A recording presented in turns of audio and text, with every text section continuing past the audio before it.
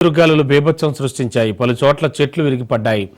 పలు ప్రాంతాల్లో విద్యుత్ స్తంభాలు, భారీ హోర్డింగ్స్ కుప్పకూలాయి. ఎదురుగాలుల దాటికి జీవీఎంసీ కార్యాలయం సమీపంలో భారీ వృక్షం ఒకటి కూలింది. పార్కింగ్లో ఉన్న లారీ, కారుపై చెట్టు పడింది.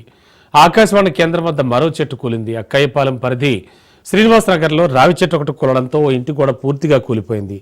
51వ వార్డు కళింగా నగర్ మెయిన్ రోడ్డుపై పార్క్ చేసిన కారుపై చెట్టు కూలింది. కొన్ని ప్రాంతాల్లో రోడ్లపైకి వరద నీరు చేరింది. దీంతో రాకపోకలకు అంతరాయం కలిగింది. ఎదురుగాలుల ప్రభావంతో విద్యుత్ సరఫరాకు అంతరాయం.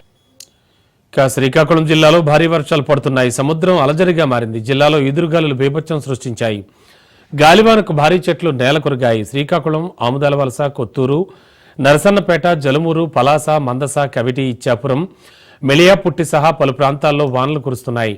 ఆముదాలవలస నియోజకవర్గంలో ఆముదాలవలస, సరుబుజ్జిలి, బూర్జా, పొందూరు మండలాల్లో భారీ వర్షాలతో ప్రజలు ఇబ్బందులు పడుతున్నారు.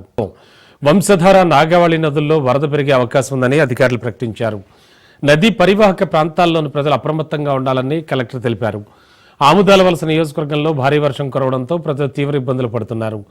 భారీ వర్షాల కారణంగా రహదారులు జలమయమయ్యాయి. భారీ వర్షంతో టెక్కెలిలోని పలు లోతట్టు ప్రాంతాలు జలమయమయ్యాయి. పాత జాతీయ రహదారి, తొలిసూరిపల్లి రోడ్డు, మెళియాపుట్టి రోడ్డు ప్రాంతాల్లో నీరు నిలిచి వాహన రాకపోకలకు ఇబ్బందులు ఎదురయ్యాయి. శ్రీనివాసనగర్, రామదాస్పేట ఈ ప్రాంతాల్లో ఇళ్లలోకి వరద నీరు వచ్చి చేరింది. స్థానికులు తీవ్ర ఇబ్బందులు పడుతున్నారు. పలాస, కాశీబుగ్గ పురపాలక సంఘంలో కుండపోతగా వర్షం పడుతోంది. అల్పపీడన ప్రభావంతో ఏకదాటిగా వర్షం కురవడంతో రోడ్లన్నీ జలమయమయ్యాయి.